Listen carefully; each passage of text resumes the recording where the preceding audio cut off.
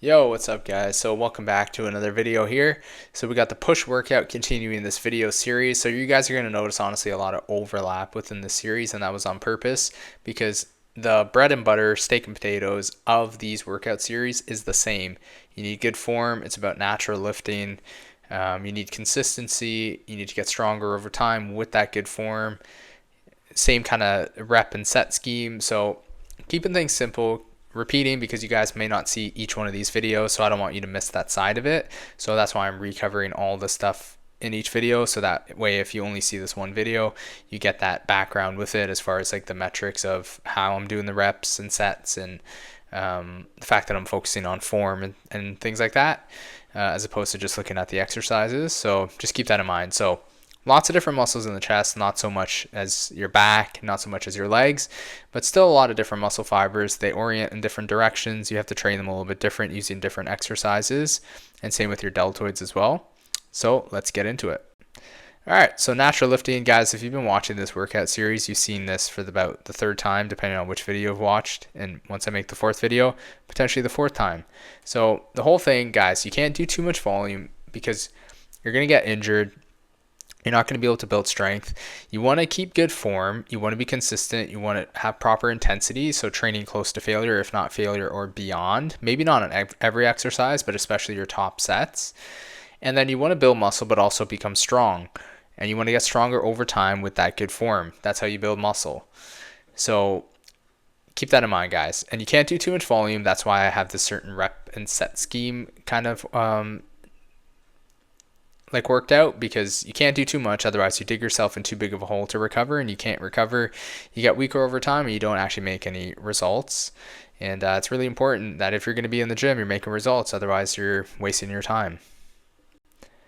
All right, so the whole idea here is to warm up to a heavy top set of 6 to 12 reps, and then you're going to drop set 1 or 2 times for about half the reps that you hit failure with on that top set. So about 5 to 8, give or take. So this is the actual workout routine, guys. If you notice, it's not a ton of different exercises for your chest or triceps, but that's all you need. If you hit these heavy top sets and then you add in the drop sets to add extra stimulus, you don't need to do too much, because again, you need to recover and you need to focus on getting stronger over time with the good form in order to make muscle growth. Yeah. So basically, guys, I will do basically 3 chest exercises. Now, the first one is going to be a nice incline press. I don't really do any flat pressing or decline pressing. Some studies show that if you do incline pressing, it works all of your chest and it emphasizes the upper chest, which typically tends to be the region that people lack. So you might as well focus on that anyways. I do machine laterals, guys, mostly, sometimes cable, not really dumbbell, because I find that like the strength curve with the dumbbell, like once you get to the bottom, there's literally no tension on your shoulders.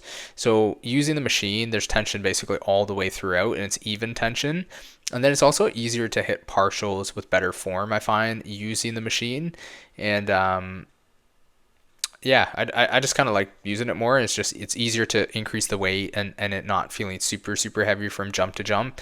Whereas when you increase your dumbbell weights, sometimes a small jump in dumbbell weight can be like months and months of strength progress, so you might not be able to progress as slowly with or like as incrementally with the dumbbells, unless your gym has like the 2.5 incremental increases in your dumbbells, which mine does not.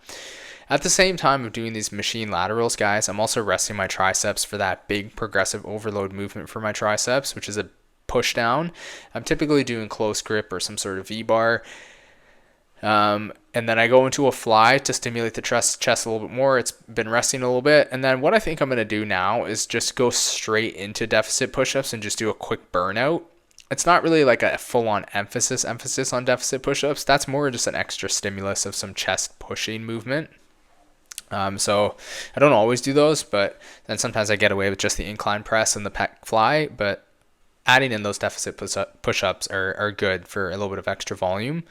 And they just give you a nice stretch on your pec by adding the deficit. So what I typically do, guys, is I get dumbbells, and I get like bigger dumbbells so they're more big and stable. So I'll grab like 30-pound dumbbells. Depends on what your gym, what the dumbbells look like. But you just grab some dumbbells that can lay flat, and then you just do the push up with it. So it's adding about this much of a deficit. So you're really getting to stretch that pec, really focus on controlling the negative motion, going into that deep stretch, pausing, and powering out of the bottom. You'll be surprised, you can't really get a lot of reps even with just body weight. So it's a nice finisher for your chest, and you just get a nice juicy pump. And then guys, I do front raises because I do not like shoulder pressing. I find that no matter what good form I use on shoulder press, I always end up injuring my neck. I know that sounds really random, but that's what ends up happening. So I want to hit my front delts because I looked at my shoulders recently. I'm like, you know what?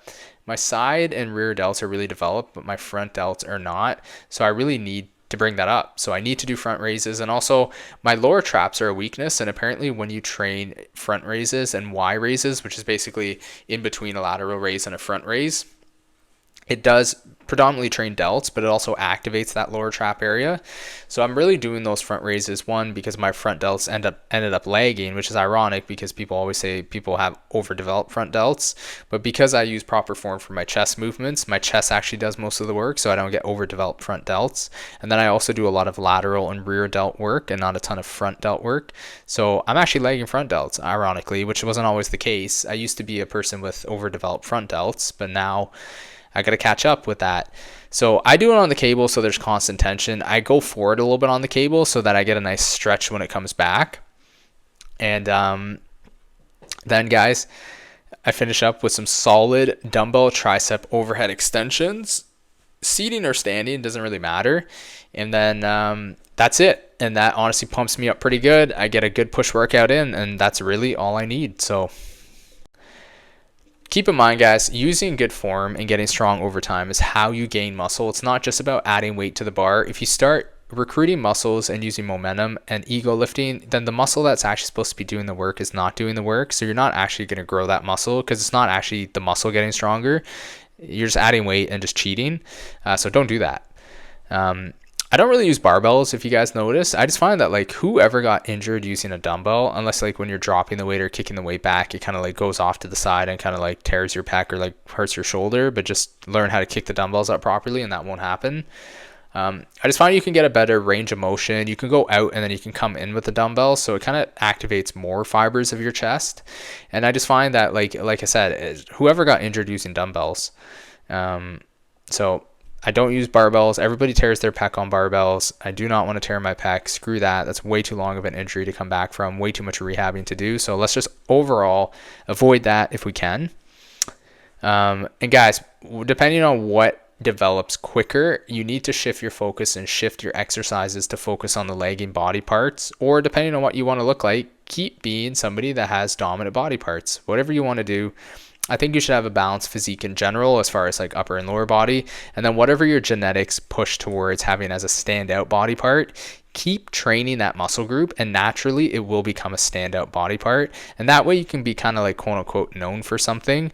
So whether it's like big legs, big arms, big biceps, big shoulders, big chest, wide back, there's something that we're all gifted with that other people would not be able to achieve in terms of like being as impressive in terms of muscle shape, muscle size, etc., etc. Whatever your strength is, make it a strength, but also don't be lacking in other areas. So just be fully developed and then have that standout body part. That's the way that I see it. Play to your strengths, but also be balanced, so that way you don't get injuries and that way you don't have like weak points. And weak points is typically how you get injured, that amongst, using bad form and ego lifting. But anyways, that's it, guys. That's it for the push workout. And hope you guys enjoyed. Give it a try. Let me know what you think, and peace out.